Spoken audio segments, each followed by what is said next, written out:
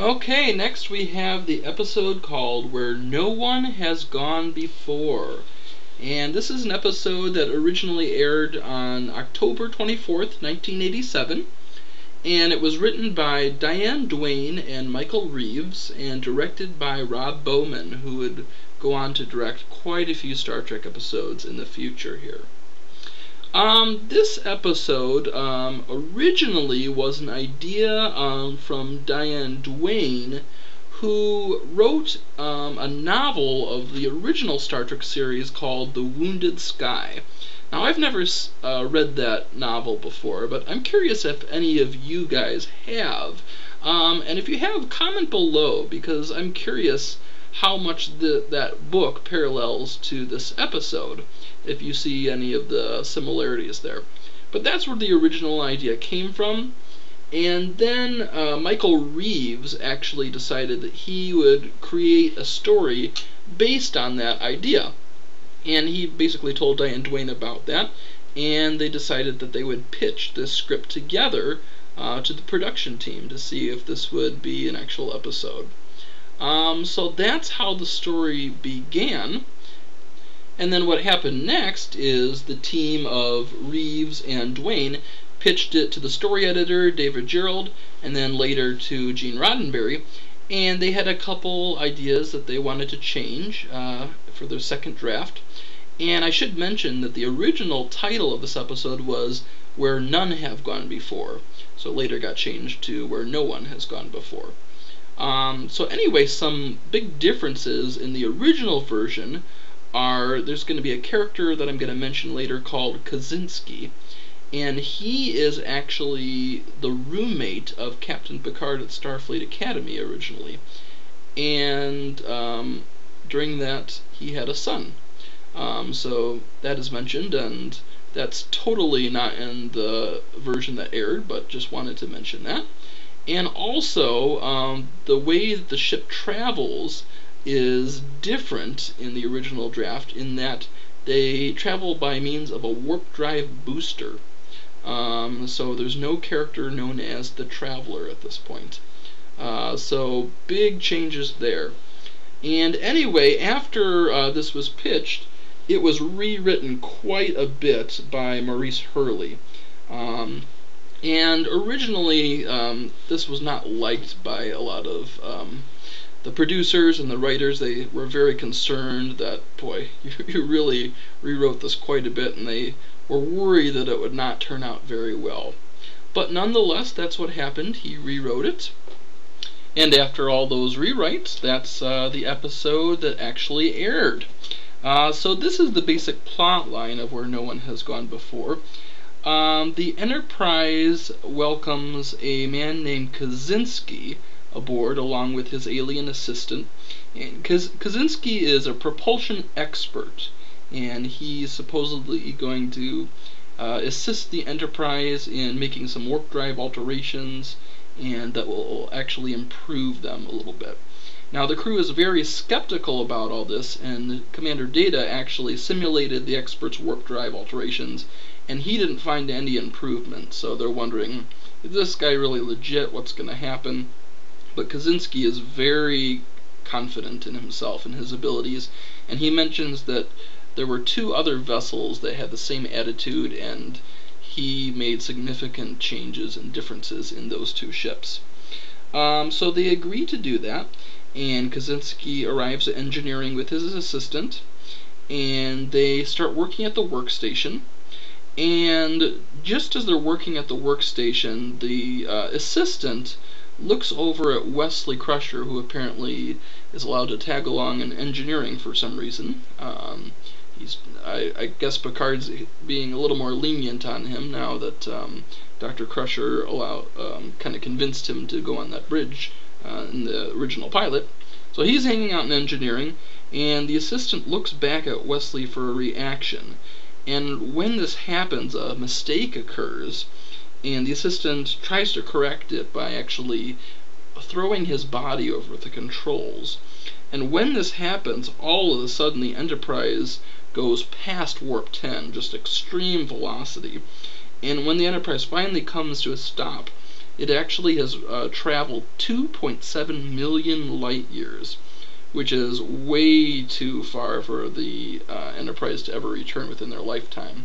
In fact, it's estimated that it'll be more than 300 years to take for them to get back home. Well, obviously, this is a major problem, and they try once more to get this to work again, Kaczynski and his assistant, and it doesn't work again. And this time, the assistant is obviously weakened, and Wesley notices this, but Commander Riker basically ignores Wesley, and they go ahead with trying to make it work again. It fails, and what they end up doing is they end up reaching what they call the outer edge of the galaxy, whatever that means. And they're so far out at this point that they have a hard time distinguishing between fantasy and reality. And this causes some interesting scenes.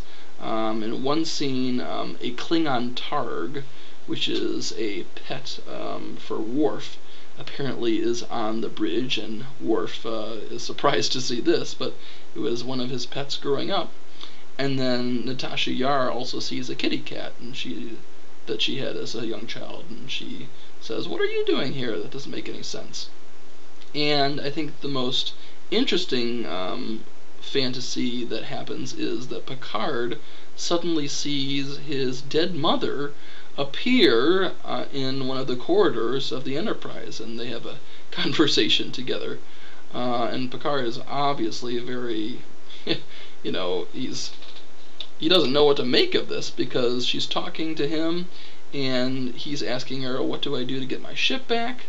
And all the while understanding that his mother isn't alive at all. So that's interesting. Riker finally shows up and snaps Picard out of it, and they realize that it was not Kaczynski at all who was causing this movement by the Enterprise. It was the assistant the whole time, and the assistant is very weak, and he is in sick bay, and it's obvious that looks like he's dying, and the Picard basically questions him, and all the assistant identifies himself as is that he's a traveler, and he travels and he hadn't encountered humans before because they didn't seem very interesting to him, but he gains passage on all these vessels, and just wants to see what these people are like. And actually, after he asks everyone else to leave, he just wants to talk to Picard. He secretly tells Picard that there's a lot of potential in Wesley Crusher, something that he hasn't seen in a lot of people. And he encourages Picard to encourage Wesley so he can develop his abilities on his own, but he doesn't want Wesley to know that the Traveler has mentioned this. He's not supposed to talk to anybody about it. So after this, the Traveler uses his last ounce of strength to try to help the Enterprise to get back home. And Wesley is there, of course, to offer encouragement to the Traveler. And finally, the Enterprise is able to reach back into their own universe. And though they do that, the Traveler disappears because he has used his last amount of strength to do it. And another way that they actually get home is Picard orders everyone just to think thoughts that are pleasant, and just to focus on the task at hand, and to focus on the Traveler and his efforts. Because the reason for this happening has to do with thoughts, and thoughts can create reality, apparently. So the Enterprise is back home, and they wish the Traveler well wherever he is, though he has disappeared from their universe. So that's basically the episode of Where No One Has Gone Before. Now, this episode created a lot of challenges in terms of special effects. How do you film something where it's talking about reaching the end of the universe? A lot of these effects were created by a man named Robert Legato at his home. What he did is he played with effects of water reflections on his basement wall, and he also created multiple images that were layered and they really looked interesting. Bizarre and peculiar is how he put it. But he used Christmas tree lights that were suspended and moved in order to create a blinking effect, and just a lot of really interesting things. You have to remember, this is before we used computers and CGI to make all these effects, and it wouldn't take a lot of time. They really had to be creative in figuring all this stuff out. Now, the Klingon Targ that Worf sees was actually a tame wild boar that they used, and they just put it in an outfit. And it was interesting because Robert Justman, who was the executive producer, said that the pig really smelled, and it took him weeks to get that scent out of himself. So I thought that was pretty funny. And Will Wheaton, who played Wesley Crusher, actually reviewed this episode. He reviewed a lot of these episodes years later, back in 2006, and he really felt like this was one of the first episodes where everything really came together. The writers were on the top of their game, and the actors were really starting to understand their roles, and he was really pleased with it. And deservedly so. And I am sure he really liked his role as his character, in the fact that the Traveler is really encouraging Picard to encourage Wesley. And Picard actually does that. At the very end of the episode, Picard decides to promote Wesley to acting ensign. So that's a good thing, because before, Wesley's just, as I mentioned before, he's just allowed in engineering and allowed on the bridge, and I think even the senior staff realized that wasn't the best idea. So yeah, Wesley gets the role of acting ensign, and his role is going to be increased even further from here on out. And that is actually debated amongst fans and even the writers, whether that was a good idea or not, because some people felt like this, the Wesley Crusher character in general, is not a very likable character, and now here they are, just emphasizing him even further, and making him not the star of the show, but a really big portion of future episodes. And I have to admit, as I was first watching all of these episodes, I didn't really care for Wesley. I found him pretty annoying, especially at the beginning of the series. I think I've looked back on it different now, now that I've watched a lot of these, but I don't know, as a fan who would have watched it for the first time, if I really would have liked it too much. But that's the direction they chose to go with Wesley. And I think the episode as a whole was actually a very good one. I was really pleased to watch this one again, and it's going to be, I think, on my highlights of one of the best episodes of Season 1. Encounter at Farpoint, I have to say, is one of my favorites, because it's the first time we see Q. Naked Now I kind of liked, and then this one, Where No One Has Gone Before, I think was really well done. From start to finish.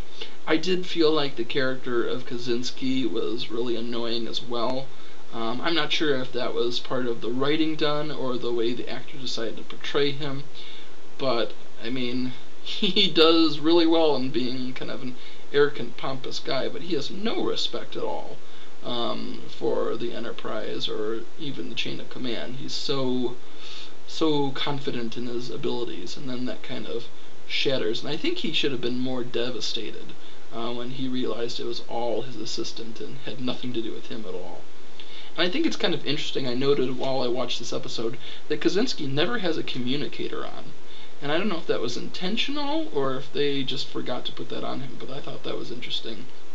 But I just thought I'd mention that. I really like the episode a lot, and I think when you appreciate something from a TV series, it's okay to mention the plot oversights and things that you don't care for too, because deep down you really love the show, and I really liked this episode.